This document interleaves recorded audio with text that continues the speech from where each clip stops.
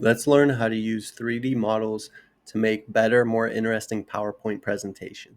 So I'll show you how to bring a 3D model into PowerPoint, and it'll be up to your creativity how to use it. We can add some animations and remake this first slide.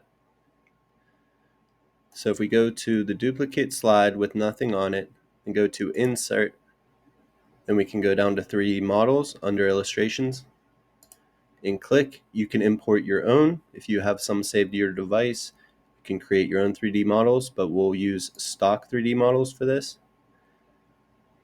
You can choose through all of them, but we'll use space and bring in the same one. So now that we've brought it in, what we're going to want to do is go to animations. If you click add animations, it will have some 3D effects that you can use. So let's use turntable, which will spin it around.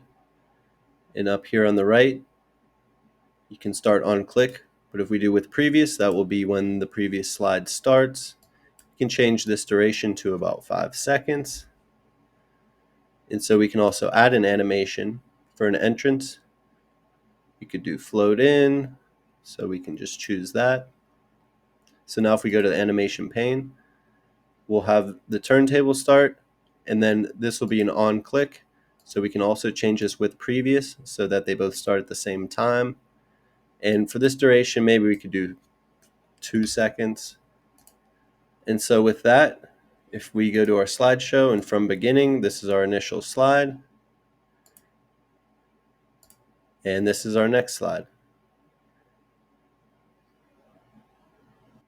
And that's how you get a 3D model into PowerPoint and add animations. You can change the duration and when to start with. You can also do on click. So when you're on the slide and click on the object, it does that animation. You can also change the hierarchy of when they start, whether it's with previous or with after.